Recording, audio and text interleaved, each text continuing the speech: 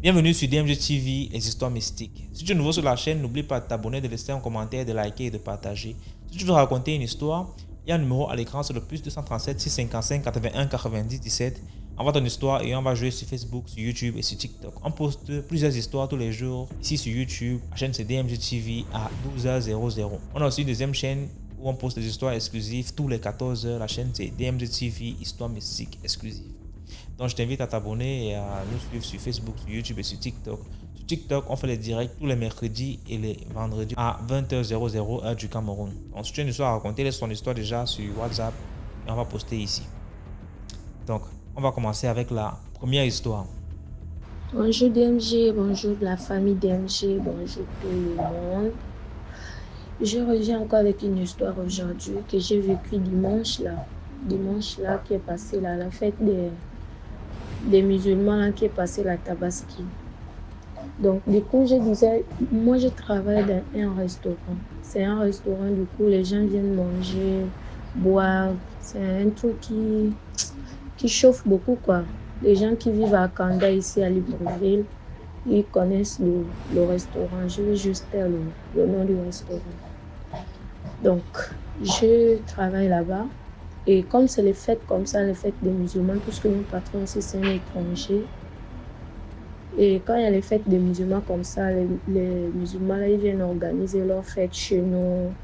Donc du coup, on travaille beaucoup quand il y a la fête comme ça, surtout la fête des musulmans là. On travaille beaucoup. Donc ce jour, il y avait plein de clients, il y avait le monde, on a travaillé. Moi je reste un peu plus loin du restaurant. Je reste derrière le stade pour les gens qui vivent à Konongo. Et mon petit ami ne reste pas loin du restaurant. Il est juste à quelques pas du restaurant. Donc ce jour-là, j'ai veillé parce que je me disais que bon, après le boulot, je vais aller dormir chez mon petit ami. Donc je suis restée jusqu'à 1h30. Et j'ai une collègue qui travaille avec moi, elle reste au PK, dans les PK là-bas, elle reste au PK 6. Elle rentre toujours tôt. Déjà à 22h30, elle part déjà parce qu'elle reste un peu loin, donc elle doit rentrer tôt. Mais ce jour-là, comme il y avait beaucoup de clients, bon, chacun était concentré sur le boulot. Je n'avais pas prêté attention qu'elle était encore là et tout. Bon, c'est vers les minuit, 1h que je la vois encore au restaurant. Je la demande, mais toi tu es encore là, tu fais comment? Puisque elle aussi, son petit ami reste quelque part aussi du restaurant à Amissa.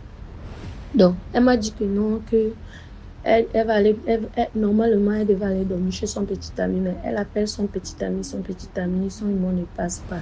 Et elle ne peut pas aller là-bas toute seule comme ça, elle a peur. Normalement, son petit ami devait venir l'attendre au carrefour pour qu'ils puissent descendre ensemble. J'ai dit, ah là, c'est compliqué, tu fais comment? Elle me dit que non, elle peut venir dormir chez moi. J'ai dit, ah, moi, si je suis restée jusqu'à 1h, moi aussi, je suis une peureuse. Si je suis restée jusqu'à l'heure là, c'est parce que je comptais aller dormir chez mon petit ami. Vu que lui, il était là aussi dans la fête. Donc, quand j'ai terminé, on rentrait juste. Elle me dit, ah, mais elle ne peut pas rentrer chez elle à l'heure là. Il est déjà 1h, 2h, puisque le cours fait aussi à Libreville. Bientôt 2h, elle ne va même pas trouver un taxi qui va l'amener chez elle et tout. J'ai dit, bon, vu que moi, je suis derrière le stade, c'est pas aussi trop loin du restaurant. On va essayer de trouver un taxi rapidement qui peut quand même nous laisser jusqu'à devant le portail. Et on va dormir chez moi. Ok, vers les 1h30, on prend la route, on est au carrefour, on cherche le taxi, on ne trouve pas le taxi. On trouve le taxi, mais le taxi ne veut pas rentrer à l'intérieur pour nous laisser devant le portail. J'ai dit, bon, puisqu'on est à deux, on peut prendre le taxi et on descend jusqu'à la maison. Et tout le monde connaît que derrière le stade, c'est dangereux. Et à ma rentrée, avant d'arriver chez moi, il y a une petite forêt là aussi qui fait peur et tout. Bon, mais j'ai dit, comme on est à deux, on peut prendre le courage à deux. Mais sur la route, il y a les gardiens, il y a les maisons. Donc, on peut quand même marcher jusqu'à arriver à la maison. On a trouvé un taxi qui nous a laissé à la rentrée de chez moi. Et on a pris la route, on est en train de rentrer. En rentrant, puisque moi-même d'abord, je suis une peureuse, je regardais de gauche à droite, je me retournais pour regarder derrière moi s'il n'y a pas quelqu'un derrière nous. En tout cas, j'étais prêt, que quand ça pète seulement là, on court. Donc j'étais prêt, je marchais, je regardais derrière moi et tout. Et quand on est arrivé au niveau de la petite forêt, elle a commencé à me dire que ici fait peur, c'est dangereux et tout, et machin et tout. J'ai dit oui, on m'a déjà raconté l'histoire de la petite forêt là, c'est un peu dangereux, mais bon, je ne peux pas te raconter ça ici sur la route, ça fait peur. Arrivé à la maison, je vais te raconter. C'est comme ça qu'on marchait. C'est elle qui a commencé à me raconter les choses qu'elle a vécues dans son village et tout, l'histoire des fantômes et tout. Je lui ai dit, arrête avec cette histoire-là. On est à deux juste sur la route là. Et on ne peut pas raconter les histoires qui vont encore nous faire peur. Moi, j'étais prêt, j'ai regardé derrière moi et tout. Arrivé un peu plus devant, vu que moi, notre descente, c'est tout droit, il n'y a pas une entrée, il n'y a pas une sortie. Je regardais derrière moi, je regardais partout. Il n'y avait personne derrière nous. Je te dis bien qu'on était juste à deux sur la route. On arrive devant, d'un seul coup, je me retourne, je vois une femme derrière nous. Je dis, ben, cette femme-là, elle sort d'où? Vu que moi, il n'y a pas une seconde où je ne me retournais pas pour regarder derrière moi. Et on était juste à deux. Maintenant, celle-là, d'un coup, elle sort d'où? C'est là où on a commencé à courir.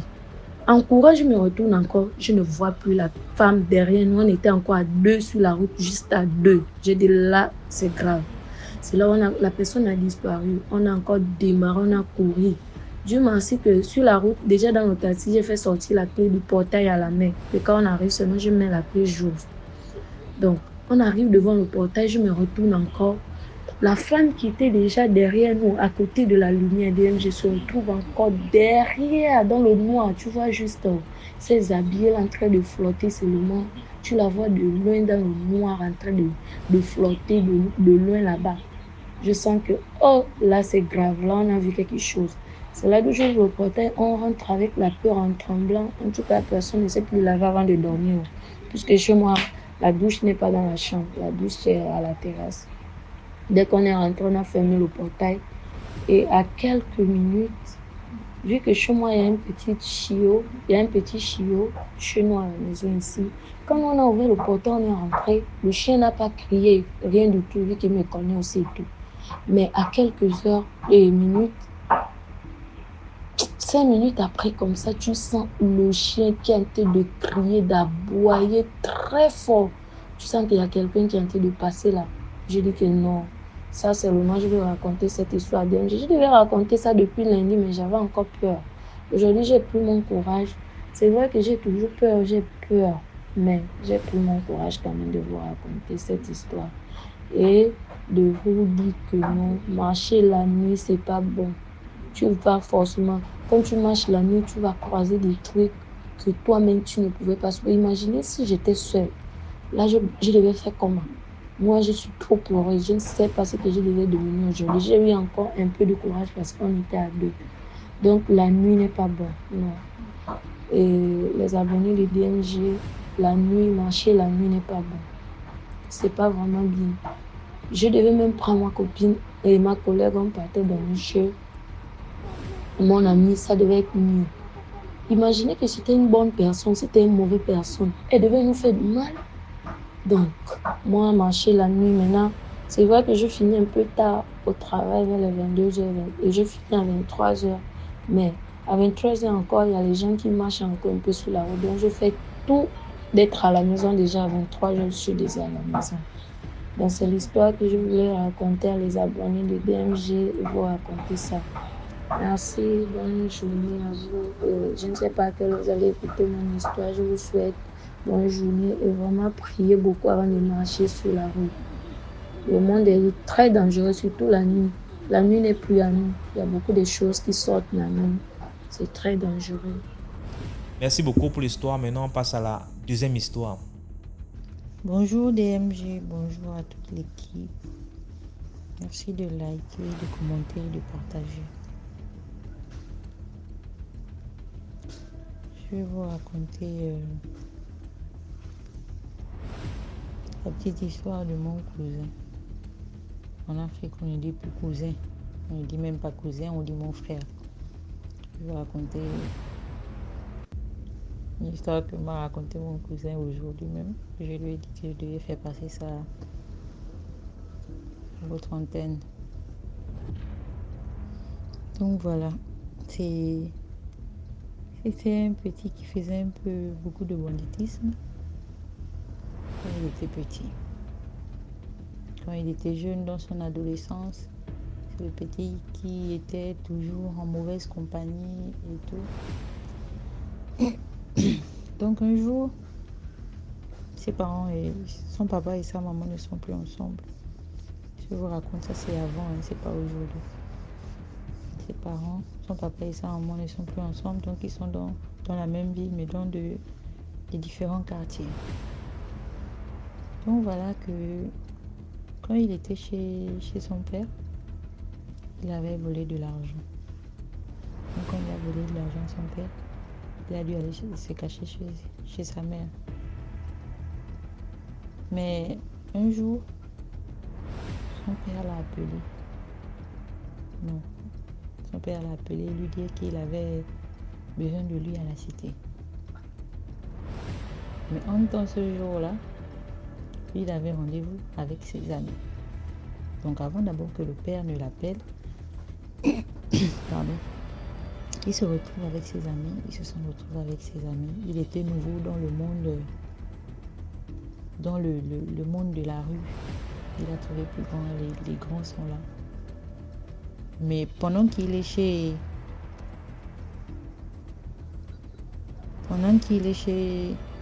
maman, il a la possibilité d'aller où il veut parce qu'on va dire qu'il n'y a pas trop de surveillance si vous voulez chez maman. Il n'y a pas beaucoup de surveillance chez maman. Donc il a dû aller chez maman, voilà. Donc il est avec les amis du quartier et tout. Il est avec les amis du quartier. Mais il y a mais lui il est le plus petit, hein. Mais il y a un des amis du quartier qui arrive, qui commence à parler d'un vol, qu'ils doivent aller voler quelque part. Ils sont en train de faire les plans et tout, comment ça va se passer, comment ils vont s'y prendre. Mais ceux qui vont aller voler là, il y a la personne qui est venue donner la nouvelle, c'est la copine de l'un des gars. Elle sort avec un étranger, on va dire un étranger en fait, donc quelqu'un qui n'est pas de son pays. Ils sortent ensemble, mais il a beaucoup d'argent chez lui. Donc elle est venue dire à son gars, et son gars est parti dire à son équipe parce que le gars, lui, c'est un bangando, comme on dit chez nous. C'est un bangando. Donc ils se sont retrouvés, ils sont maintenant en train de faire les plans. Mais mon petit frère, il est dedans. Donc il écoute comment les grands sont en train de parler. Le petit n'enlève pas son cœur dedans, il écoute, il sent que je vais manger beaucoup de dos, je vais manger beaucoup d'argent. Donc la fille dit à son gars, qu'il y a beaucoup d'argent là-bas chez mon type là. Donc on fait un plan, et puis demain vous venez prendre au moins 1 ou 2 sacs là. Oh le gars, le petit aussi là-bas, les oreilles sont là-dedans. Oui, on va manger beaucoup de millions, ok. Ils font les plans, ils doivent se retrouver le lendemain à 15h. Pour pouvoir établir un peu, voilà, toi tu vas faire comme ça. Mon petit frère là, lui, devait faire le guet. Il a dit non, c'est pas grand chose et tout. On dit non, tu peux vivre. Oui, je peux faire, machin. Et ok, il n'y a pas de problème. Donc, le petit, il va à la maison. C'est quand lui, il va à la maison que là-bas, on lui dit, il y a ton père qui veut te voir à la cité. Non, il n'y a pas de problème. Mais lui, il a d'abord peur d'aller à la maison parce que son père est fâché contre lui. Il a volé de l'argent à son père. C'est la raison pour laquelle il a quitté la maison pour se retrouver chez sa mère. Voilà. Donc, il va à la maison. Il va chez le papa. C'est comme ça, le papa lui dit non. J'espère que quand tu es arrivé là, tu es arrivé avec ton sac. Hein, parce que tu ne vas plus retourner là-bas. Demain, tu dois aller faire une formation au lycée technique. Donc, directement après le lycée technique, tu vas aller faire la formation. Donc, tu vas aller récupérer tes choses là-bas chez ta mère. Mais aujourd'hui, là, tu dors là. Mais lui, il a rendez-vous avec ses amis Bangando. Mais ce jour-là, bizarrement, le boss n'a pas dormi tôt. Parce que lui, il attendait que le boss dorme. Donc, le boss n'a pas dormi tôt. Le boss, il est en train de siroter ses whisky et tout. En même temps, il appelle là-bas. Petit, emmène-moi ça. Lui, le boss, il amène. Petit, fais-moi comme ça. Le type, il fait, mais il est dérangé. Pourquoi le boss ne dort pas tôt aujourd'hui? Il est dérangé, le boss ne dort pas tôt. Le boss, il dort souvent tôt. Mais aujourd'hui, il ne dort pas tôt. Il doit sortir, il doit sortir. Mais le boss n'a pas dormi tôt. Mais le petit, il dort quand même. Il n'est pas sorti. Hein. On tombe sur le jour où il avait fait le plan avec les autres pour aller voler l'argent. Chez le copain de la copine du Bangando. Parce qu'elle devait être là-bas avec le gars. C'est elle qui devait distraire le gars. Parce que le monsieur avec qui la fille sort, il est marié. Il a la femme à la maison. Mais la femme est en déplacement. Mais donc, pendant que la femme est en déplacement, lui fait venir la copine à la maison. Donc, c'est là où la femme, c'est elle qui est la copine là. Elle a déjà dit au Bangando, ils vont faire le plan. Mais il faut que la gosse soit avec le gars pour pouvoir distraire. Et puis les gars, les voleurs là, ils rentrent tranquillement dans la maison, voler l'argent et pour partir. Voilà. Donc, je vous parle maintenant dans la nuit. Dans la nuit là, le père de mon frère là, il ne dort pas. Mais mon frère là-bas, il est embêté, il a envie de sortir aussi, non? Mais il ne peut pas sortir, mais il termine quand même par dormir. Mais maintenant, je vous raconte ce qui s'est passé dans la nuit où le père l'empêche de sortir et il dort quand même là. C'est que lui, il a évité. C'est ça le but de l'histoire. Voilà, les Bangando ont continué leur vol. Mais eux, ils sont en train d'appeler le type, mais le type, lui, ne peut pas sortir de la maison. Mais il met une autre personne, parce que là, il devait faire le coup genre à 3. Mais comme il y a une personne qui manque, mon frère en question là, lui, il manque, il n'a pas pu répondre à l'appel, il n'a pas pu venir au rendez-vous. Donc, ils ont pris quelqu'un d'autre, il se retrouve à 3 toujours. 3 Bangando. Voilà. Donc, eux, ils font comment? Comme ils ont dit, l'autre devait faire le guet et tout. C'est mon frère là qui devait faire le guet. Maintenant, eux, ils partent aller voler. Ils vont voler les sacs d'argent. Parce que dans la maison où ils vont braquer là, il y a au moins 3 ou 4 sacs d'argent. Mais ce que eux, ils ne savent pas, c'est que la copine qui leur a emmené dans le coup n'est pas venue. C'est elle qui devait leur donner le signal pour qu'ils puissent rentrer dans la maison, attacher d'abord le gardien à l'entrée et tout ça. La copine n'est pas venue. Mais elle n'est pas venue, pourquoi? Parce que la femme du monsieur n'est plus en voyage, elle est déjà revenue. Donc, les voleurs continuent quand même à partir. La fille ne leur a pas donné le top. Eux, ils sont quand même partis. Mais elle aussi, elle n'a pas dit qu'elle n'est pas partie. Ou je ne sais pas comment ça s'est passé, ou là-bas, où ils se sont entêtés. Je n'étais pas. Je vous raconte ce que je connais. Donc, les gars sont rentrés dans la maison. Celui qui faisait le guet, il est dehors. Ils ont réussi à attacher le gardien. Ils ont mis le gardien sur le côté. Le gars qui faisait le guet, il faisait le guet. Donc, ils sont rentrés dans la maison. Deux sont rentrés dans la maison. Mais quand ils rentrent dans la maison, je ne sais pas s'ils sont au courant que la femme est dans la maison ou comment, je ne sais pas. Mais quand ils rentrent, ils passent devant la porte de la chambre. Le monsieur, il dort. Le premier, quand il est passé, il n'a pas cherché à regarder tout ça. Il a fait ligne droite. Aller voler un peu les petits trucs qui peuvent d'abord voler et tout ça là. Avant de pouvoir aller voler l'argent. Donc ils prennent ce qu'ils ont à prendre. Celui qui est devant, il a déjà pris ce qu'il a à prendre. Mais il y a celui qui est derrière qui arrive. Il constate qu'il y a une porte entre-ouverte. Mais lui, quand il voit la porte entre-ouverte, il voit le monsieur en train de dormir au fond, hein, sur le lit. Il est en train de dormir. Mais la femme du monsieur est devant le serpent. Un gros serpent qui est en train de parler et qui vomit l'argent. Et donc, c'est le serpent qui dit à la dame qu'il y a les gens dans ta maison. Il y a les gens dans ta maison. Donc, le gars, il prend peur. Le gars, quand il prend peur, il va dire à l'autre là-bas que hey, venons, on sort. En temps, ils ont déjà volé. En temps, ils ont déjà volé. Quand ils sortent là, normalement, ils n'ont pas fait ce qu'ils devaient venir faire. Ce qu'ils devaient prendre, en fait, ils n'ont pas pris ce qu'ils voulaient prendre avec la peur. Ils ont fui, ils ont oublié qu'ils ont laissé le pauvre gagner attaché, ils sont partis. Quand ils sont partis, ils ont raconté l'histoire. Nous, on est au courant, parce que c'est après maintenant qu'on vient raconter l'histoire à mon petit frère, qui a échappé à tout ça. Parce que cette nuit-là, d'abord, le papa l'a empêché, l'a enlevé même du quartier, là où il était chez sa mère. Il l'a emmené chez son père. Et son père, qui ne veille jamais, a veillé ce jour-là. Il sirotait ses whisky. Le petit n'a pas pu sortir. Il a échappé. Mais les gars là, 2 sont morts. Un est fou. 2 sont morts. Un est fou.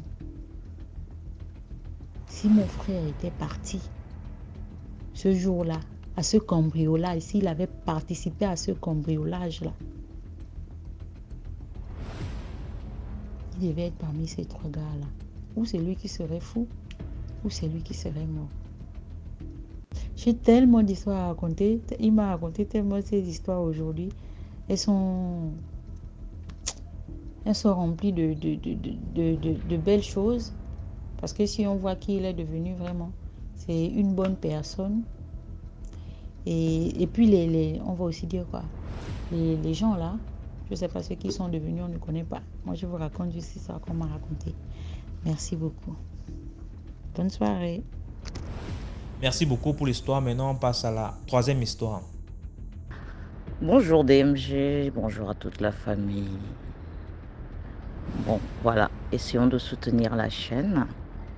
Je comprends pas pourquoi il y a des gens qui font une histoire chaque semaine qui valent pas DMG et puis avec tout ce qu'on a, 10, 20 histoires par jour, si ça, franchement, il faut que la communauté mette le maximum pour valoriser notre patrimoine, notre propre patrimoine. Je pense que je peux l'appeler comme ça. Enfin bref. Alors, l'histoire d'aujourd'hui, ça concerne une gamine. Une gamine, on va l'appeler Mimi. Alors, je me retrouve appelée par un ami d'enfance. J'en ai pas eu des tonnes, hein. Vraiment un confident et tout. On a grandi ensemble dans le même quartier. Un jour, il m'appelle, il me dit j'aimerais te voir, c'est urgent et tout. Urgent, bah tiens. Oui, là, à l'instant, là, t'es où? Viens me chercher et tout ça. Tu sais, ma cousine avec qui je m'entends super bien comme toi, je t'en ai parlé. Oui. Bon, bah, il faut qu'on aille la voir, elle a une urgence. Je me demande d'où je sors là-dedans, mais bon, quand c'est urgent, on y va, quoi. Je récupère mon pote. Elle habite où, ta cousine? Tac, hop, soit quartier Damas, je crois que c'est par là, je sais plus trop quoi. On arrive et tout, on se gare. Tout le trajet, je lui dis, de quoi s'agit-il? Il me dit, attends, tu vas voir. Moi, je marche pas comme ça, ok? Je me dis le truc avant, tu me l'expliques. J'aime pas qu'on me force la main, être devant les faits accomplis. J'ai horreur de ça. Qu'est-ce que c'est que cette histoire? Je commence à m'énerver. Il me dit, fais-moi confiance, tu verras. Bon, quand on arrive chez la cousine, bel immeuble et tout. Déjà, elle avait un bon poste. Elle avait une fille unique qui était déjà à peu près dans les 13 ans par là. Et on monte l'escalier, elle était au 1er étage. Donc elle nous a vu venir. Quand on arrive, la porte elle est déjà ouverte. Ah merci d'être venu. Parce que vraiment, je demandais à mon frère qui te ramène, je sais pas. Euh, Vraiment, c'est une urgence et tout, machin. Euh, on a besoin de toi. Moi, à ce point, bon, oh. Et puis je vois le salon est vide. Et moi, je fais la remarque, là, il y a trois fauteuils en plastique, mais vraiment le genre qu'on met dans les fêtes, quoi, en fait. Et je fais, t'es en train de déménager, à ce que je vois. Elle me dit, déménager? Déménager? Mais je déménage pas. J'ai tout vendu, j'ai tout vendu. La télé, mon salon, mes meubles et tout ça, machin, j'ai tout vendu, il reste que les lits. Quoi? La plaque à gaz et le gaz et tout, il nous reste que les lits et tout. J'ai vendu mes sacs, mes vêtements de marque et tout. Je fais, mais c'est quoi ce délire? Qu'est-ce qui se passe? Vous avez eu un deuil, il y a une maladie, qu'est-ce qui se passe? Elle n'arrive même pas à parler. Elle me dit, tu verras de toi-même. Pendant que je suis encore debout, nous sommes tous debout là et tout. Je suis un peu baba. Qu'est-ce qu'on me cache? Je vois une petite gamine, super minuscule, un petit bébé comme ça, tout mignon qui s'avance. Elle était rouquine, avec des cheveux un peu roux, un peu rouges, un peu pailletés. Oh, une petite poupée comme ça. Et quand elle lève ses grands yeux sur moi, on aurait dit que ses yeux étaient en arc-en-ciel. Et moi, je fais « Oh, qu'est-ce qu'elle est mignonne et tout! Oh là là, qu'est-ce qu'elle est chou! Oh, c'est une petite choupette. Tu viens de dire bonjour? » Et les autres qui me disent « Stop! C'est ça le problème. » Je sais quoi? Ils me disent « C'est le problème. » Comment ça le problème? Un bébé peut pas. Et quand je regarde bien, je remarque le bidon qu'elle porte, la gamine. Et qu'est-ce qu'elle tenait en main? Elle tenait un morceau de manioc, un gros morceau de manioc. Hein. Et c'est le genre, ça a été cuit avec de l'huile rouge. Bah, je me dis, elle a des vers. Comment à son âge on peut lui foutre un aussi gros morceau de manioc?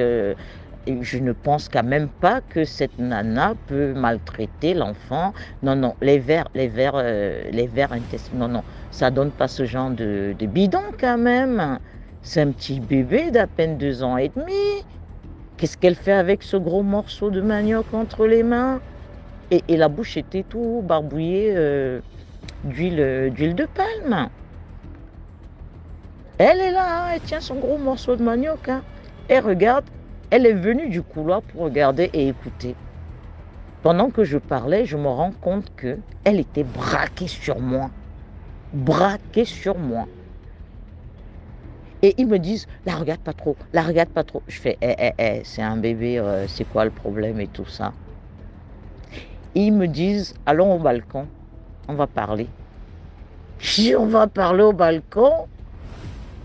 Descendons, on va dans la voiture, même dans ta voiture, on va parler. Hé, c'est quoi? C'est le KGB ou quoi? Qu'est-ce que vous avez là? Je dis, ok, il y a 3 fauteuils, on va se mettre en adulte tous les 3 et tout. Et je vois sa fille et tout, qui est là à la maison. Je fais, elle n'est pas à l'école. Et la fille me dit, mais non, mais non, mais non, regarde sa mine. Elle peut même plus partir à l'école. Elle ne dort plus. Je fais, ah bon? Oui. Bon, bah, on va au balcon, on ferme les battants et tout, avec les trois fauteuils en plastoc. On s'assied et tout, mon pote, sa cousine et moi. Je dis, alors, c'est quoi le mystère? Et la cousine qui raconte, oui, une fois par an, ils étaient de l'Est du Cameroun. Hein. Ils sont bien réputés un peu pour connaître les arbres, les feuilles, les lavages, tout ce qui va avec. Hein, c'est bon. Alors, une fois par mois, une fois par an, je vais dans mon village, je vais dans ma famille et puis voilà, je me fais faire mon nettoyage et tout. Et en plus, il devait y avoir des remaniements, des postes que ci, que ça dans mon ministère. Bref, la totale. Elle démarre sa voiture, elle y va et tout. Et avec sa fille, qui était, voilà, elle avait qu'une seule fille. Et au retour, en fait, tout se passe au retour. Déjà, quand on lui a fait les trucs, on lui a dit, comme d'habitude, démarre ta voiture, tu arrives chez toi, tu prends personne et tu te poses. Le voyage est long, tu peux prendre le carburant, tu te retournes pas, tu fonces. Voilà. Tu vas pas aller au bar, rencontrer des amis. Déjà, tu arrives chez toi avant de faire quoi que ce soit. Alors, la dame, elle n'a même pas quitté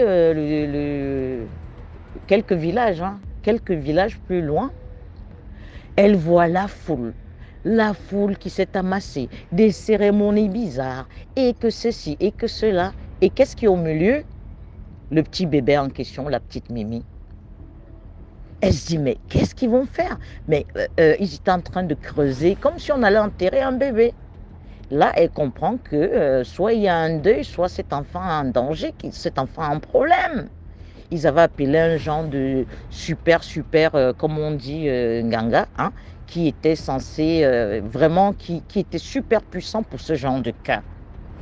Elle dit non.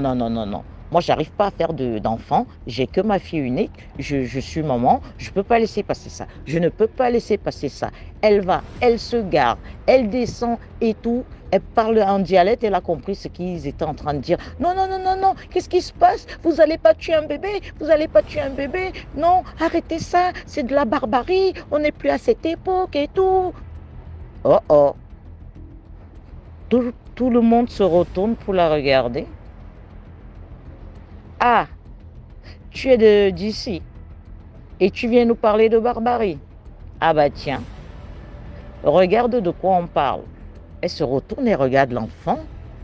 Ah mais elle est spéciale et tout, mais vraiment, oh la chance. Lui on dit c'est la chance. Alors on va te dire, nous aujourd'hui, on doit enterrer cet enfant. Il faut qu'elle meure, qu'elle retourne d'où elle vient. Elle dit quoi? C'est quoi ce décès? Mais où? Elle vient d'où? Déjà, c'est l'enfant à qui? Quel parent peut laisser qu'on tue son enfant, qu'on sacrifie en plein jour devant tout le monde et tout? Ils lui disent, écoute-moi très bien. Le Nganga là qui lui dit, écoute-moi très bien. L'histoire de cet enfant, on va te dire. On a eu notre fille ici qui faisait sa Java, je ne sais pas trop quoi, à Douala, on ne sait pas au nord où elle était, hein. Elle a déboulé avec un gros bidon.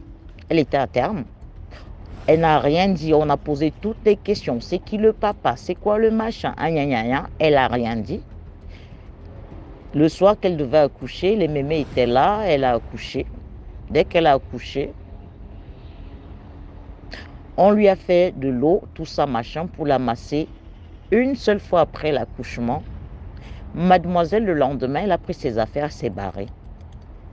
Le temps qu'on regarde bien le bébé, les yeux, ok, elle était rouquine et tout, mais bon, quand le bébé a ouvert les yeux quelques jours plus tard, les gens étaient choqués. Choqués de se choquer. Les problèmes ont commencé au village. La merde, les ceci, les récoltes, les machins, et ceci et cela. Bref, ils ont compris que cet enfant n'était pas de ce monde et la solution, c'était de la sacrifier pour qu'elle rentre parce que. La fille, elle dit, je m'en fous. Ça, c'est un meurtre et tout. On devrait vous porter plainte. Et gna gna gna, et gna gna gna. Elle dit, ok. Qu'est-ce que tu vas en faire? Tu la veux, toi? Tu la veux? Ah oui, hein, de toute façon, moi, j'arrive plus à faire d'enfant. Hein, ma fille, gna gna gna. Tu la veux? Ah oui, donnez-la moi. Vous aurez pu aller la laisser dans un orphelinat. Il y en a qui en veulent des enfants et tout. En plus, un enfant pareil, elle est spéciale, elle est belle, elle est magnifique et tout, machin. Ah, d'accord. Viens la chercher. La gamine était assise. Elle attendait sa mort, mais elle s'en foutait. Mais elle s'en foutait royalement. Hein. Et quand la dame parlait et tout, elle ne regardait même pas la dame en question. La dame est venue, Elle a porté le bébé. Oh, pauvre chou, c'est rien, ça va passer et tout. Mais elle pleurait pas, pauvre chou, tu parles. On a dit, ils ont dit, on ne te connaît pas. On ne t'a jamais vu, d'accord? Et tu ne remets plus jamais pied ici. Quand tu traverses là, on ne te connaît pas. Va faire son extrait d'acte de naissance et tout, démerde-toi. Tout ce qui va t'arriver sur terre via cet enfant, tu t'engages devant Dieu et devant les hommes, ok? Ah oui, moi je l'apprends. Je peux connaître son prénom. On n'a rien donné. On appelle juste Mimi. Parce qu'on s'attendait à ce que sa mère revienne. Elle est injoignable. On ne sait pas où elle est partie. On ne sait pas le nom du père, de la mère. Et personne ne veut s'engager à donner son nom. De genre, une grand-mère, une tante qui dit, voilà quoi, c'est mon homonyme. Personne. Alors la meuf, elle a pris le bébé. Elle est arrivée sur Yaoundé.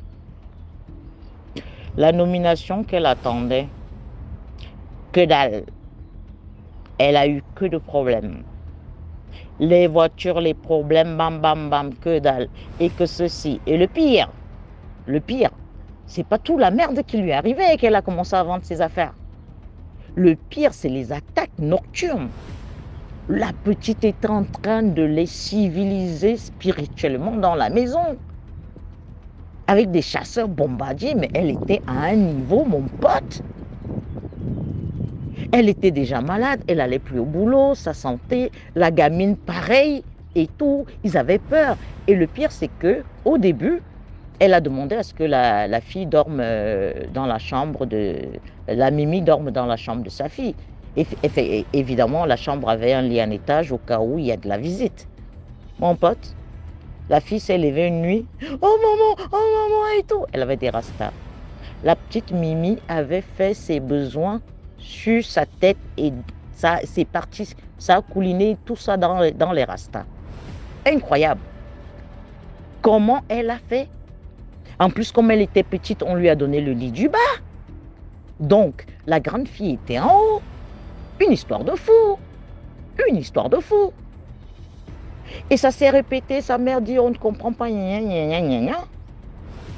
Ah ben tiens, ça va pas recommencer et tout, si tu n'en veux pas, pendant une semaine, la petite, elle était traumatisée. Et ces odeurs de besoin, ça avait envahi tout, les vêtements, la maison, ils ont beau aérer, désodorisants, rien, niet, que dalle.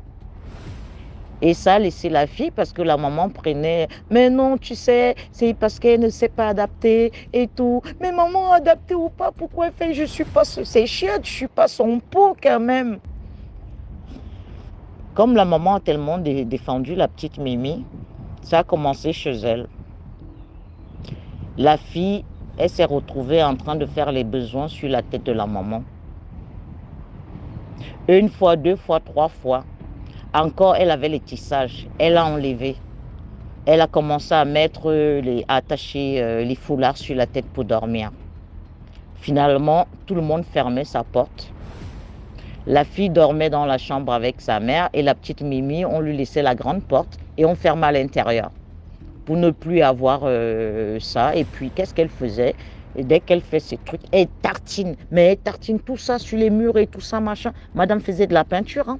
Elle faisait de la peinture. Ah oui, hein. Et donc, ils ont compris que quand ils font une nourriture normale, la sauce, les machins, les petits déjeuners, elle boudait, elle ne voulait pas. Elle poussait la sauce à côté, les machins. On a compris qu'elle n'aimait que le manioc. Donc, finalement, non, bon, ça ne lui coûtait pas cher, mais quand même. Il lui faisait une grosse marmite de manioc et il versait de l'huile rouge. Alors là, elle était au ciel. Mais je lui dis, mais quand même, le bidon, elle digère. T'inquiète pas, elle digère, elle mange ça toute la journée. Si tu reviens ici à 23h, il n'y aura plus rien. Quoi? Mais c'est le manioc de 500, 800, 1000 francs. Elle me dit, j'ai acheté carrément un sac de manioc avec un bidon d'huile, juste le sel. Je dis, mais les nutriments, les vitamines, les machins. Elle me dit, laisse-moi, j'ai essayé tout ça. J'ai dit, bon, bah, t'as vu des prêtres, t'as été voir Elle me dit, j'ai essayé d'aller à l'orphelinat, j'ai expliqué le cas, personne n'en veut. Et les prêtres et les machins, à chaque fois que je vais y aller, j'ai un gros problème, je suis malade, je suis pas bien. Oui, bon. Mais moi, je me suis dit, eh ben dis donc, je leur demande, bon ben, et moi alors dans tout ça? Oui, on s'est dit que bon, comme j'ai appelé mon frère et toi aussi, oui, j'ai trop de cas sur terre. Donc, moi, est-ce que tu peux avoir une idée? Je leur ai dit, écoutez-moi très bien. Oui, j'ai vu des choses dans ma vie. Oui, je vois des choses et j'en verrai encore. Je suis peut-être un peu trop téméraire, mais là, je ne suis pas suicidaire.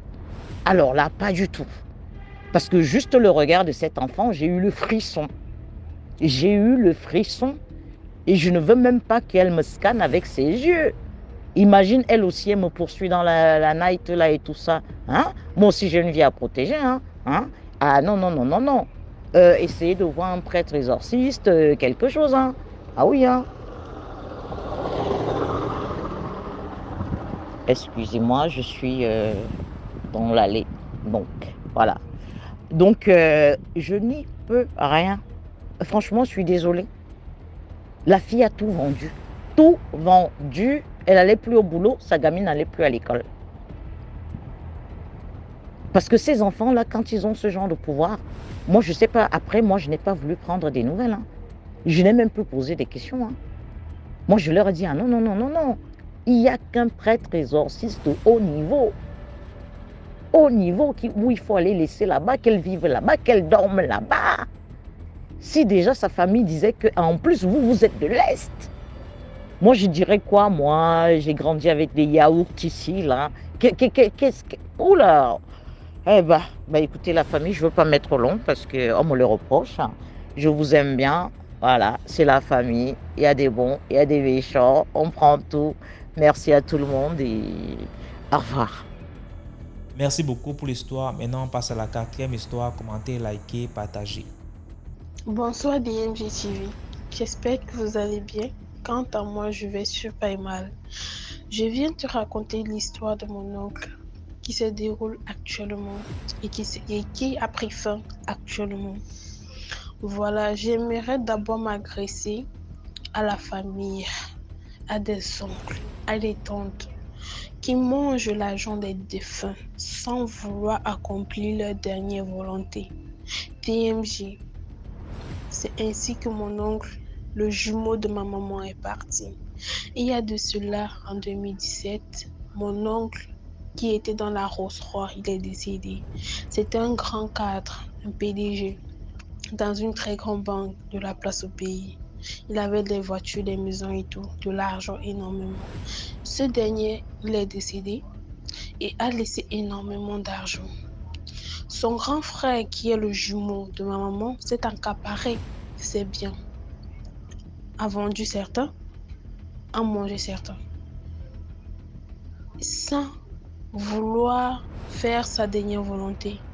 Et un jour, quand il avait fait, un jour plus tard, son petit frère vient dans ses rêves et lui dit: l'argent que tu es en train de prendre là, de manger, un jour je viendrai récupérer. DMJ, il faut savoir que même si ça prend des années, 2 ans, 3 ans, quand le défunt revient pour te prendre, il revient en vrai. Voilà aujourd'hui que j'ai perdu le jumeau de ma maman DMJ. C'est difficile. Les faits se sont déroulés ainsi. Tellement qu'il avait mangé l'argent de son défunt frère, il n'a rien fait pour sa famille et tout. Un jour, il a eu la AVC. Il est tombé. Nous, on lui a amené à l'hôpital là-bas à Douala, dont je mettais le nom de l'hôpital. On lui a donné les calmements et tout, mais il est devenu paralysé. Il ne marchait pas, il ne mangeait pas, il ne faisait rien. Il était couché sur place. On a fait des prières et tout. On a vu un praticien qui nous a dit, qui nous a fait comprendre que c'est l'argent de mon oncle, mon défunt oncle, qui mangeait. Désolé. C'est l'argent de mon défunt oncle qui mangeait et qu'il voulait qu'il aille donner l'argent là à sa fille. Mais malheureusement il avait déjà dilapidé l'argent, il n'y avait plus rien du tout. Rien du tout. Il n'avait plus rien. Après être paralysé, il s'est mis à maigrir. Ma maman devait aller au village avec lui faire 3 semaines pour qu'on travaille sur lui avec le voyant. Mais malheureusement, DMG, mon oncle est parti. Aujourd'hui, il est parti. Pourquoi? À cause de l'argent. L'argent du défunt. DMG, c'est pour sensibiliser la famille. Vous qui aimez toujours prendre l'argent des gens là. En plus, c'était pas un argent propre, un argent compliqué. Et vous ne voulez pas faire les dernières volontés du défunt. Il a mangé l'argent. Et il a eu la même maladie comme son papa. Parce que quand son papa était malade avant qu'il ne décède, son papa était aussi paralysé sur le lit. Et lui, quand son papa il est décédé, lui, il est allé prendre le ventilateur et la télé de son papa pour vendre. L'argent DMG, l'argent. Regarde comment, à quel point l'argent détruit le monde.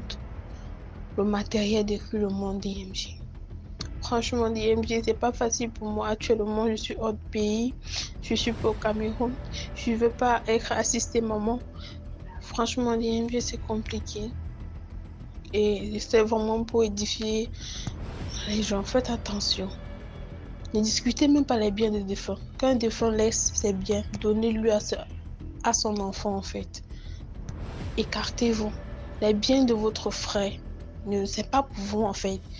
Ne mangez pas ce qui ne vous appartenait pas. Travaillez pour vous durement. Voilà ça. Voilà ça qui est arrivé en fait DMG. Et merci franchement DMG. Si je te fais ce voice, ça avec plein de douleur au cœur. Mais j'essaie de me retenir pour ne pas trop fondre en larmes. Merci beaucoup DMG pour votre émission. Et franchement, on vous suit de partout. Merci vraiment. Merci beaucoup pour l'histoire. Maintenant, on passe à la 5e histoire. Toujours laissez un like, s'il vous plaît. Laissez un like. Bonjour, bonsoir la communauté. Bonsoir, bonjour à vous DMG. Cela va dépendre à l'heure à laquelle vous allez écouter mon audio. Déjà, likons, partageons, commentons, donnons du boost, du punch à l'émission. Merci encore.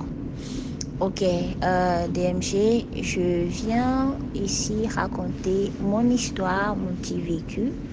Je viens raconter ça parce que je me suis rappelé de ça à travers l'histoire d'une abonnée aussi ici qui a raconté son expérience avec une connaissance qu'il avait offert des chaînes des reins, ce que l'on appelle tantôt au Gabon des sikida.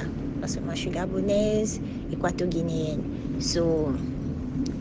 Voici comment mon histoire se déroule. Donc c'était pendant les grandes vacances au Gabon, avant que l'on ne vienne ici à l'étranger. Et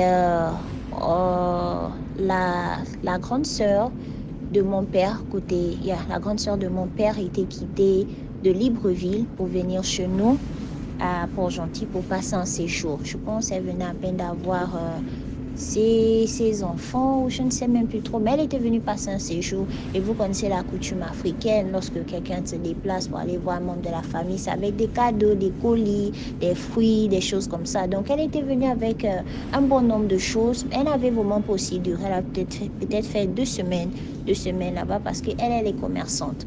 Donc du coup, elle avait apporté certaines choses, certains colis, des atangas, des bananes, des manioc, et tout ce qui a à faire avec la pâte d'arachide, surtout la pâte d'arachide. Nous sommes du Grand Nord et nous on aime la pâte d'arachide. Donc elle a apporté ça, elle aussi avait apporté des bijoux. Comme je disais, tantôt, elle est commerçante. Elle est toujours commerçante jusqu'aujourd'hui, je pense bien, parce qu'elle a amené au village. Mais elle est toujours dans son petit commerce. Et funny enough, ce que nous on remarquait, même lorsque j'étais plus jeune, je remarquais parce que les mamans, ça parle avec leurs filles. Donc, il y avait des petits commentaires du genre, ah, mais maman, notre tante là, vraiment, à chaque fois qu'elle se lance dans un business, on ne voit jamais la tête, on ne voit pas la queue, toujours elle est en faillite. Et c'était ça son truc. À chaque fois qu'elle se lance dans quelque chose, le business ne dure même pas 2 mois, elle est en faillite. Mais c'était la grande sœur du boss, donc ça c'est sa seule sœur chérie et tout. Donc si elle a besoin de l'argent, c'est chez lui qu'elle vient, elle prend, elle va encore faire un business qui va encore tomber en faillite 2 mois plus tard. On en était déjà habitués. Donc elle a apporté des choses, elle a emmené des gifts, elle a emmené des bijoux et tout. Et il y avait une chaînette particulière, une chaîne autant pour moi, particulière parmi tous les bijoux qu'elle avait emmenés. Elle venait en fait, c'était pour vendre. Donc, elle devait me donner à ma mère pour que ma mère aille montrer à ses collègues au travail pour qu'elle puisse les vendre. Et comme ça, elle devait rapporter. Et puis, vous voyez un peu comment le business, ça se passe. C'est un peu ça. Donc, il y a cette chaîne particulière. Moi, ça m'avait attirée. Et c'est comme ça que je lui ai dit, non, Tata, je veux la chaînette. Est-ce que je peux avoir la chaîne? Elle m'a dit, il n'y a pas de problème, prends. Donc, j'ai pris, je sors la chaîne de l'emballage et dessus, je porte la chaînette. La chaîne, autant pourquoi je continue à dire la chaînette, c'est la chaîne. Je porte la chaîne. Et lorsque je porte la chaîne dessus, je sens comme une masse me prendre. Les gens, un courant, une électricité me prendre. Boum, je sens. Et puis après, bon, je dis, bon, comme nous, on n'habitait pas trop loin de la plage, mais peut-être sur le froid, les fenêtres étaient ouvertes. On venait à peine d'aménager la maison parce qu'il n'y avait pas encore, c'était vraiment pas encore habité. Le quartier était vraiment presque isolé. Tu peux au moins compter quelques centimètres, quelques kilomètres avant de voir une autre maison. Donc, c'était vraiment ça. Et la plage n'était pas aussi loin. Donc, le vent. Donc, je me suis dit, c'est le vent et tout. J'ai senti un courant d'air et une masse au même moment. Après avoir porté, au moment où je portais la chaînette, je portais la chaîne, autant pour moi. Je porte la chaîne et on continue dans nos causeries, mère, tante et fille et tout. Et ça passe, ça monte, ça descend et tout. Et c'est comme ça en soirée, tout le monde va se coucher. Mais, funny enough, le premier constat que je fais, je me sens comme si je portais un fardeau sur moi. Donc, je n'arrivais vraiment pas à dormir la nuit. Là, j'étais comme si j'étais dérangée. Je tournais sur le lit, sur moi-même. Et c'était ça. Bon, après, je dis, ok, ça va passer. Je vais essayer de chercher le sommeil. Et nous, on dormait un peu tard parce que c'était les vacances. Parfois, on allait dormir à 2h du matin et tout. Mais imaginez-vous, à 2h du matin, tu as déjà le sommeil plein les yeux. Mais c'était le contraire. Mais après, je me suis quand même endormie. Et de là, tout a changé, tout a basculé seulement dans ma vie. Moi qui suis de nature très calme, je suis chaude du genre, j'aime les bons moments, j'aime l'ambiance, j'aime la fête, j'aime ce genre de groove là, ce genre de choses. Mais je suis aussi celle-là qui ne se laisse pas facilement intimider du genre. Si quelqu'un me piétine, je peux répondre, je peux rétalier, je peux dire non, machin et tout, et ne me prends pas comme une maboule. Donc, c'est un peu ce genre de comportement que moi j'ai. Mais après que j'avais porté la chaîne, le lendemain, peut-être 4-5 jours après, mon comportement avait changé. J'étais devenue du genre un peu plus rebelle. J'étais du genre là, quand on me parle, c'était du genre ça boude ici, ça parle là-bas, ça répond et tout. C'était dans ce petit comportement un peu bizarre, fâcheux là. Ok, ma mère a observé, elle a dit, ah peut-être c'est l'adolescence, elle fait la phase d'adolescence et tout. Et c'était comme ça. Ça a duré là au moins peut-être pendant des vacances jusqu'au premier trimestre de l'année scolaire. Parce que moi, je suis allée maintenant en classe de 6e. Je suis allée en 6e. Donc, c'est comme ça. Même à l'école, déjà, pendant toutes les vacances, c'était vraiment les problèmes. C'était vraiment mon nom. Déjà, moi, mon nom, on n'entendait vraiment pas mon nom dans la famille. C'était non, elle est vraiment bosseuse, elle est calme, elle est celle. J'étais devenue le contraire de tout ça. C'était du genre, ah, c'est là, tu lui parles ici, elle te répond là-bas, tu dis ici, machin, elle est toujours dans les sorties, elle ne reste pas sur place. En fait, j'étais devenue le contraire de moi, je ne comprenais plus rien. Mais je n'avais pas encore fait liaison avec la chaîne. Je n'avais vraiment pas fait liaison avec. Donc moi, j'étais là, j'étais dans mes choses, j'étais dans mes montées, descentes, dans mes grooves, dans mes choses. Et c'était seulement ça, quoi, toujours agité, toujours, mais quand même calme. Un moment, quand je me calmais aussi. Tu te poses la question que, est-ce que l'enfant là est même normal? Qu'est-ce qui ne va pas? Après, quand ça reprend encore là, c'était comme ça. Donc, ça pouvait faire 1 ou 2 semaines, je suis calme. La semaine qui suit encore, ça reprend. 1 ou 2 semaines, je suis calme. La semaine qui suit encore, c'était comme ça. Et ça a duré comme ça au moins pendant des vacances du mois de... Parce qu'on partait toujours en vacances en juin et on faisait tout le mois de juillet là-bas et on revenait en août parce qu'il fallait que maman reprenne le travail et nous on reprenait l'école. C'était comme non, on reprenait les cours des vacances et on se préparait pour l'école. C'était comme ça. Donc toute cette période-là, c'était du désordre. Vraiment, je ne comprenais rien. Je n'avais toujours pas fait liaison avec la chaîne. Voilà comment un jour, je me rendais compte, à chaque fois quand j'allais dormir, mon sommeil n'était pas paisible. Je ne dormais pas bien, j'écoutais des voix, j'entendais des choses, je voyais des gens dans des rêves, les gens qui m'appelaient, les gens qui venaient me battre, les gens qui venaient... En fait, c'était ça, mais il y avait toujours quelque chose en moi qui arrivait toujours à les overcome. Il y avait toujours quelque chose en moi qui arrivait toujours à résister. Du genre, quand ils viennent dans les rêves, s'ils n'ont pas pu m'atteindre, le jour qui suit là, les problèmes dans lesquels je vais me mettre, ça n'aurait ni tête ni queue, mais ce sera un très grand problème. Du genre, ma mère sera fâchée, on va faire encore une réunion de famille. En fait, la réunion de famille, au lieu que ça soit pour les têtes, en fait, c'était la plupart des réunions de famille, ce n'était rien que pour moi. En fait, je ne comprenais plus rien. Et c'est pas que je voulais, juste que j'étais devenue rebelle. Je ne comprenais, en fait, la rébellion qui s'était réveillée en moi, je ne comprenais plus. Et je ne savais même, en fait, quand on essayait de voir la raison pour laquelle je me comportais comme ça n'avait vraiment pas de sens. Ça n'avait vraiment pas de sens. Mais en ce moment, ma mère, je me dis, elle n'était pas aussi spirituellement éveillée pour comprendre qu'il y avait quelque chose qui m'embêtait. Elle disait sur moi, c'était l'adolescence. C'était peut-être parce que le fait que je traînais un peu avec les petits garçons du quartier et tout, machin, peut-être c'était un peu ça et tout. Bien, elle-même pensait à un moment que je sortais déjà des hommes, jusqu'à ce qu'elle m'a même fait faire certains tests et tout. Elle a vu que non, ce n'était pas ça. Donc, qu'est-ce qui n'allait pas? On n'avait pas encore fait liaison avec... Désolée, je parle vite, avec la chaîne. Donc, c'était ça. Après tout, l'année scolaire a commencé. On a bien débuté et tout. Je travaillais, c'était ça. Mais c'était toujours, ça revenait de temps en temps. Ça revenait de temps en temps. Voilà comment un jour, je pense que j'étais à la maison. Soit à la maison, soit quelque part avec mes amis du quartier. Et c'est comme ça que j'ai dit, la chaîne là même, je vais d'abord même enlever la chaîne. J'ai pris la chaîne, j'ai attrapé à la main et j'ai jeté la chaîne vers la forêt. Quand je jette la chaîne, je sens comme si aussi la même masse me reprend encore. Je vous dis quelque chose que j'ai vécu. Je ressens la masse, les gens comme un frisson qui me prend, un frisson qui me lâche. Je sens ça. La chaîne est partie. J'ai dit à même un pote qui disait, oh non, donne-moi ça, moi je veux pas. J'ai dit, ce sont des choses des femmes. Tu vas porter des choses de femmes. Pourquoi? Je vais jeter. Donc j'ai pris, j'ai jeté. Qui a pris ça derrière moi? Je ne sais pas. Quand je suis rentrée, j'ai dormi. J'étais quand même, mon apparence physique avait changé. Mon visage avait tout avait changé sur moi. J'étais vraiment calme. Après, je suis allée dormir. Le lendemain, je suis allée à l'école. Le semestre est passé, par grâce à Dieu, j'ai eu le semestre, c'est qu'un semestre est passé, j'ai eu le semestre, le deuxième semestre est passé, j'ai validé, je suis passée en 5e. Mais maintenant, je viens faire la liaison avec le rêve. Comment? On était dans un moment de jeûne et prière. C'est là où moi je commence à connaître le Seigneur. Moi, j'étais toujours dans les petites histoires de chorale, les trucs comme ça. Je mets toujours m'engager dans les choses de prière. Et voilà comment je ressens comme si quelque chose m'avait quitté. Comme je disais, quelque chose m'avait quitté et après je me suis endormie. J'ai vu une séparation entre quelque chose, entre une force et moi. Genre quelque chose est quitté. Vous voyez quand quelque chose sort en vous, c'est un peu ce genre de choses-là. Je vois ça dans le rêve. Et depuis ce jour-là, jusqu'à ce que j'ai eu la révélation plus tard dans le futur, que c'était la chaîne là qui était envoûtée, qui m'a causé cela. Je n'ai plus porté de chaîne venant des histoires de tel t'offre ceci, tel t'offre cela. Non, je n'ai plus porté de chaîne. Je préfère encore moi-même, j'achète. Donc mon message ici, c'est pour vous dire quoi?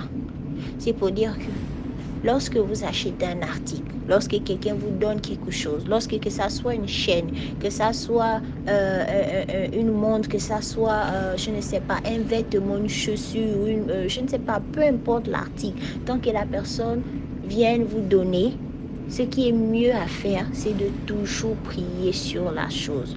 Parce que les envoûtements, ça existe. Ce sont des choses réelles. Ce n'est pas de l'âme, ce n'est pas du mensonge. Moi, j'avais été envoûtée par un membre de ma famille côté paternel. Et c'est vraiment triste parce que c'est quelqu'un que j'aimais vraiment bien.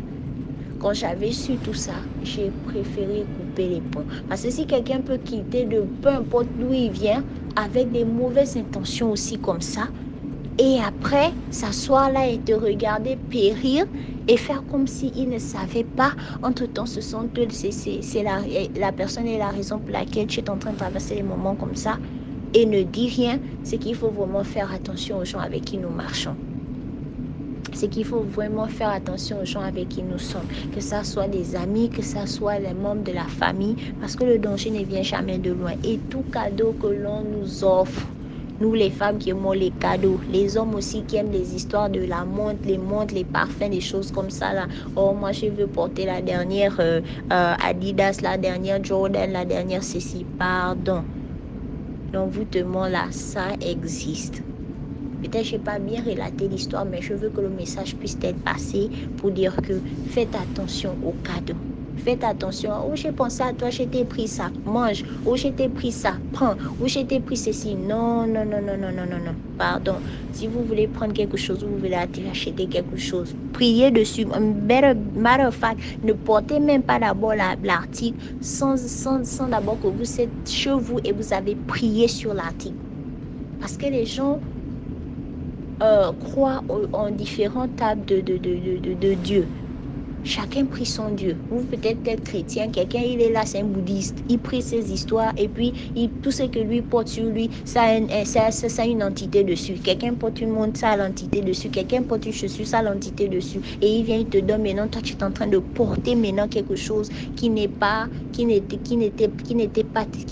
pas destiné ou quelque chose qui peut te faire du mal. Maintenant, si ton esprit est faible, ça va te gâcher comme ça.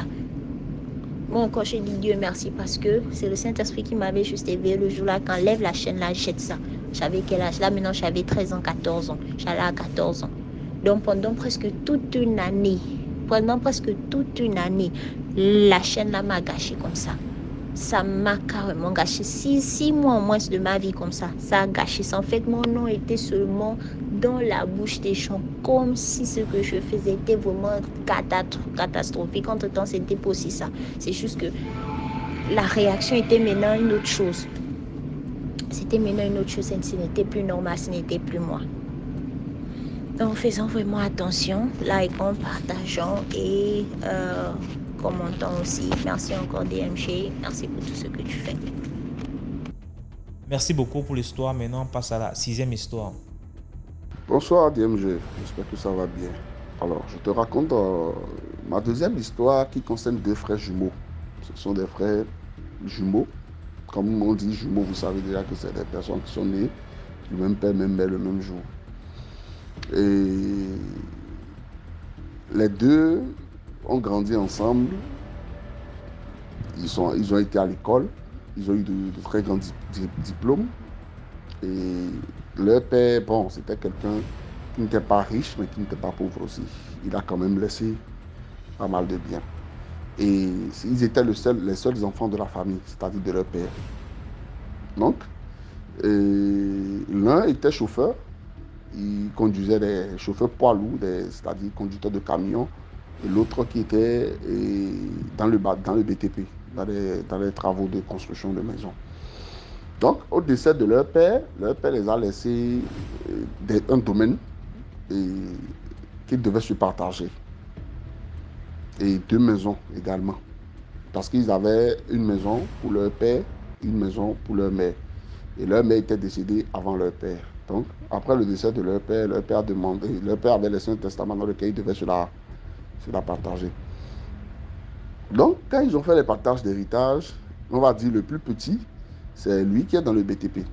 Donc, bon, lui, il ne se préoccupe pas trop. Par contre, celui qui est le transporteur, qui est chauffeur, il a décidé un jour de vendre sa part, le domaine, la maison et tout. Et son second lui a dit, mais tu ne peux pas vendre ça parce que c'est le seul souvenir qu'on a de papa et de notre père et de notre mère. Donc si tu vends ça, c'est comme si tu étais en train de les bannir de ton cœur. C'est devenu une dispute et il a dit non, c'est son bien, il en fait ce qu'il veut. Son frère a dit ok, il n'y a pas de problème. Donc effectivement, il a vendu. Quand il a vendu, il a pris l'argent, il a fait sa belle vie. Entre-temps, il avait amassé une vingtaine de millions. Il s'est acheté 2 camions, le reste. Il est passé dans les bars avec jusqu'à ce que l'argent est fini. Quelques temps après, le transport ne marchait plus, les camions qui n'arrêtaient pas de tomber en panne, qui n'arrêtaient pas aussi également de faire des accidents et tout. Donc, ça n'allait plus. Finalement, il a dû vendre les 2 camions et il a pris ça pour payer un ou 2 taxis, je pense, pour faire des petits raccrochages. Ça aussi, ça ne marchait pas. Et il s'est plongé dans l'alcool, il ne faisait que boire, il ne faisait que boire, il ne faisait que boire. Pendant ce temps, son second, qui est dans le BTP, lui, il n'a pas vendu les biens que leurs parents les a laissés parce qu'il a reconfectionné la maison de leur maman, parce que lui, il avait pris la maison de leur maman. Il a reconfectionné la maison, il a reconstruit tout, il s'est marié, sa femme était là et tout. Et sur le domaine, il a employé des chances pour faire de l'élevage, de la plantation. Quand il y a la période de pluie, ils font des maïs, bref, quelque chose quoi. Et sa femme s'occupait de ça pour lui. Donc lui, il vivait très bien. Malgré la situation de son second jumeau, quand ça n'allait pas, il aidait toujours, il lui tendait la main, parce qu'il dit, c'est mon frère, c'est le seul qui me reste. Et du coup, quand il a remarqué les conditions dans lesquelles son second vivait, de l'alcool et tout, plus rien n'allait. Et finalement, les taxis qu'il a payés aussi se sont retrouvés dans des accidents, donc les gens sont perdus des vues. Il est allé en prison. Il a tout fait, il a pris un avocat, il a sorti son frère. Pourtant, celui-ci a fait, disons, 1 an quand même en prison. Et quand il est sorti, puisque pendant 1 an, c'est son frère qui s'occupait, c'est celui qui est dans le BTP qui s'occupait de sa femme. Tu vois, de sa femme en location et tout. Donc quand il est sorti, il dit, bon, ce qu'on va faire, viens rester chez moi, à la maison, et je vais essayer de voir où est-ce que je peux te trouver. Comme tu as un permis, si je peux t'aider à trouver un job dans l'entreprise pour laquelle je travaille. Donc c'est comme ça que lui et sa femme, ils ont déménagé à côté de son frère jumeau. Ils avaient leur chambre et tout. Et comme ce dernier, lui, il est dans le BTP, il voyage. Puisque c'est sa femme qui gère tout ce qu'il fait. Donc il voyage, il laisse sa femme à la maison. Entre-temps, sa femme et la femme de son second jumeau se sont disputés pour une histoire de cordes. Vous voyez, dans la maison, parfois, il y a des cordes sur lesquelles on sèche des habits, non? Parce que l'autre avait fait la lessive, l'autre aussi avait fait la lessive. Donc l'une ne voulait pas céder à l'autre, quoi. La corde. Donc, ça a mené une dispute, ils se sont révélés. Chacun a fait le compte rendu à sa guise à son mari. Notamment, celui qui est dans le BTP, c'est quelqu'un qui est très, très calme, puisque c'est quelqu'un que je connais personnellement. Il est très calme, et il faut dire, il est d'un calme même qui a applaudi. Et quand sa femme lui a dit, il a calmé l'affaire. Donc, un jour, il était là, son second est venu le voir pour lui dire, il faut qu'on parle. Il dit, ok, je t'écoute. Et c'est comme ça que son second lui fait savoir qu'il souhaiterait que les autres parts de biens de leurs parents, qui est encore avec lui, qui les vendent. Le gars dit, non, mais on a partagé, tu as pris ta part, j'ai pris ma part, tu as vendu les siens. Moi, je n'ai pas envie de vendre. Je vais le laisser pour mes enfants. Et sa femme était enceinte. Il dit, j'ai un enfant qui vient au monde, je ne vais quand même pas vendre l'héritage que mes parents m'ont laissé. Donc, je vais le laisser à mes enfants, c'est à eux de décider de ce qu'ils doivent en faire. Son frère je me dis non, que lui n'est pas d'accord qu'il doit vendre parce qu'il a besoin d'argent. Et celui qui est dans le BTP a dit non. Donc, de là est parti maintenant un problème de haine. Il a commencé par avoir la haine envers son frère et a commencé par courir dans tous les sens. Quand il va, il fait ses petits gris-gris qu'il ramène à la maison la nuit, il creuse, il enterre des trucs. Et quand il fait ça, c'est sa propre femme qui tombe malade. Il a tellement insisté sur ça que lors de l'accouchement de son frère, de la femme de son frère qui est dans le BTP, ils ont perdu le bébé. Jusqu'à là, son frère n'a rien dit parce que pour lui, bon, ils ne sont que deux, donc lui, il ne voit pas pourquoi il doit avoir la haine envers lui. Un jour, le gars est absent, la femme, le gars qui est celui qui est dans le BTP est absent. Sa femme qui n'était pas aussi à la maison. À leur retour, ils ont remarqué que quelqu'un est rentré par infraction dans leur chambre et qui avait des documents qui ont été volés. Les documents de la maison où ils habitent. Généralement, il n'y a pas de locataire. Et c'est une maison où, bon, on ne peut pas dire que depuis qu'ils sont là, un voleur est rentré dans la maison. Donc c'est bizarre, au fait. Donc il fait appel à son frère, il dit, j'ai remarqué ça, et la personne, ils n'ont rien volé à part la convention, les papiers de la maison. Son frère lui dit non, que lui il n'est pas rentré dans sa chambre. Donc, lui n'a pas trouvé même une raison à son frère. Mais ce qui lui paraît bizarre, Pourquoi quelques temps après que tu me demandes qu'on vende la maison et que j'ai refusé, les papiers se perdent. Donc il était là, mais il a déclaré quand même à la police que c'est comme ça qu'il avait une infraction chez lui et qu'il avait perdu des documents. Il était là un jour quand quelqu'un l'appelle pour lui dire qu'il a appris qu'il veut vendre sa maison. Monsieur dit non. Il dit si, parce que c'est ton frère jumeau qui est allé voir X ou Y et lui a dit que vous avez décidé de vendre la maison et qu'il faudrait qu'on trouve des clients. Il dit jamais, que lui n'a jamais dit ça. Il dit mais si tu n'as jamais dit ça, comment se fait-il qu'il est avec les papiers? Donc l'autre étant choqué, puisque c'est M. Trakami, il était très choqué, déchu. Il n'était pas dans la ville. Et quand il est rentré directement, il est allé chez son frère jumeau. Il dit mais comment se fait-il que tu me dis que c'est pas toi qui as pris les papiers, mais on m'appelle aujourd'hui, tu me dis qu'on a vu ces mêmes papiers avec toi et jusqu'à ce que il se pourrait que tu cherches un client pour vendre la maison. Et c'est comme ça que c'est parti en déclic. Ce dernier rentre dans la chambre, il sort une machette, il commence par menacer son frère jumeau que oui, et qu'il s'est accaparé de tout. Il n'y a que lui qui évolue, et patati patata, et que s'il ne décide pas de vendre la maison pour le reste des biens de leur papa, pour qu'ils refont le partage, alors là, que quelqu'un va mourir. Le frère dit ok, il n'y a pas de problème. Il fait son programme, il prend ses clics et ses claques, il prend sa femme et ses affaires, il laisse la maison à ce dernier-là. Et il va se chercher ailleurs. Il a coupé tout contact avec lui.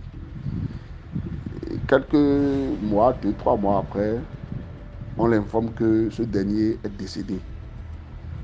Et il est décédé comment? Il a effectivement trouvé quelqu'un qui l'a vendu la maison. La personne avait donné déjà une partie de l'argent. Et c'est quand il est allé chercher l'argent, à son retour, qu'il fait un accident où on l'a mené à l'hôpital et il succombe. Donc quand on l'a appelé, on l'a informé, il a dit s'il est décédé, qu'ils appellent les membres de la famille pour qu'on l'enterre parce que lui, il n'a plus rien à voir avec son frère. Les oncles ont essayé de rappeler pour lui non, c'est ton frère. Il dit non. Que lui, il ne veut rien savoir, quoi. Il n'a qu'à l'enterrer. Et que lui, il a déjà tourné la page. Donc c'est comme ça qu'il est resté ferme. Mais aujourd'hui, il se retrouve seul avec sa femme. C'est pas qu'il est tombé, au contraire. Il faut dire que la vie lui a fait grâce. Il a aujourd'hui construit une nouvelle maison dans laquelle il a intégré. C'est pour vous dire que le mal est partout. Le mal est partout. Ne pensez pas que c'est seulement celui de dehors et quelqu'un de dehors qui peut faire du mal. Le mal est partout. Et moi, j'ai trouvé plutôt que l'erreur qu'il a fait, c'est de ramener son frère chez lui à la maison. C'est ça qui lui a coûté et cette histoire. Mais finalement, comme on dit, la nature n'aime pas le vide. L'argent qu'il a pris, il est mort. Parce que ses parents défunts aussi ne dorment pas là où ils sont. Il est mort dans cet argent-là. Sa femme se retrouve seule. Et aujourd'hui, il ne fait que pleurer à la porte du frère de son mari pour demander de l'aide. Mais l'autre ne veut rien entendre. Rien du tout. Donc, c'est pour vous dire, sachez amener les gens chez vous. Même si ce sont les gens de votre famille, même si ce sont vos frères, même si ce sont vos soeurs. Évitez parce que vous ne savez jamais quelle est l'intention qu'ils pourront avoir vis-à-vis de vous demain. Merci. Voilà, c'est tout pour aujourd'hui. Si tu aimais la vidéo d'aujourd'hui, laisse un commentaire, commente, partage, invite plusieurs personnes à venir liker et à s'abonner. Ce qu'on fait, c'est pour sensibiliser. On se prend demain pour une nouvelle vidéo. Ciao, portez-vous bien, surtout priez avant de dormir.